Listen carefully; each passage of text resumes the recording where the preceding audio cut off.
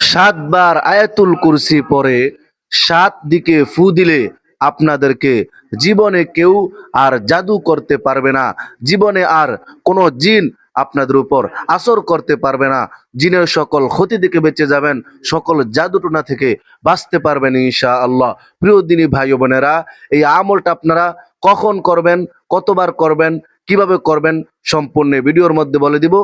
আপনারা ছোট্ট এই ভিডিওটা ধৈর্য সহকারে দেখতে থাকুন।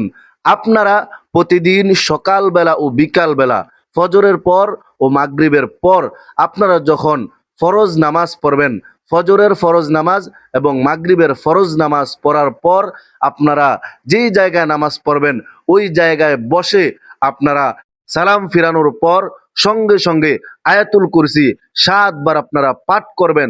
7 বার পাঠ করার পর তারপরে আপনারা 7 দিকে ফু দিবেন। প্রথমে নিজের উপরে ফু দিবেন, তারপরে ডান দিকে দিবেন, তারপরে বাম দিকে দিবেন, তারপরে সামনের দিকে দিবেন, তারপরে পিছনের দিকে দিবেন, তারপরে নিচের দিকে দিবেন, তারপরে উপরের দিকে দিবেন। এভাবে আপনারা 7 বার আয়াতুল কুরসি পরে 7 দিকে ফু দিবেন।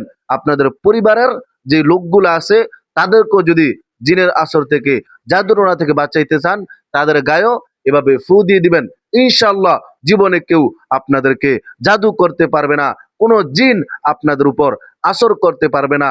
আপনারা জানেন আয়াতুল কুরসি এটা খুবই ফজিলতপূর্ণ একটা আমল, খুবই কার্যকরী একটা আমল। তো আপনারা তো বিভিন্নভাবে আমল করে দেখেছেন, আমি আজকে যে নিয়মে বলে দিয়েছি এই নিয়মে আমল করে দেখেন।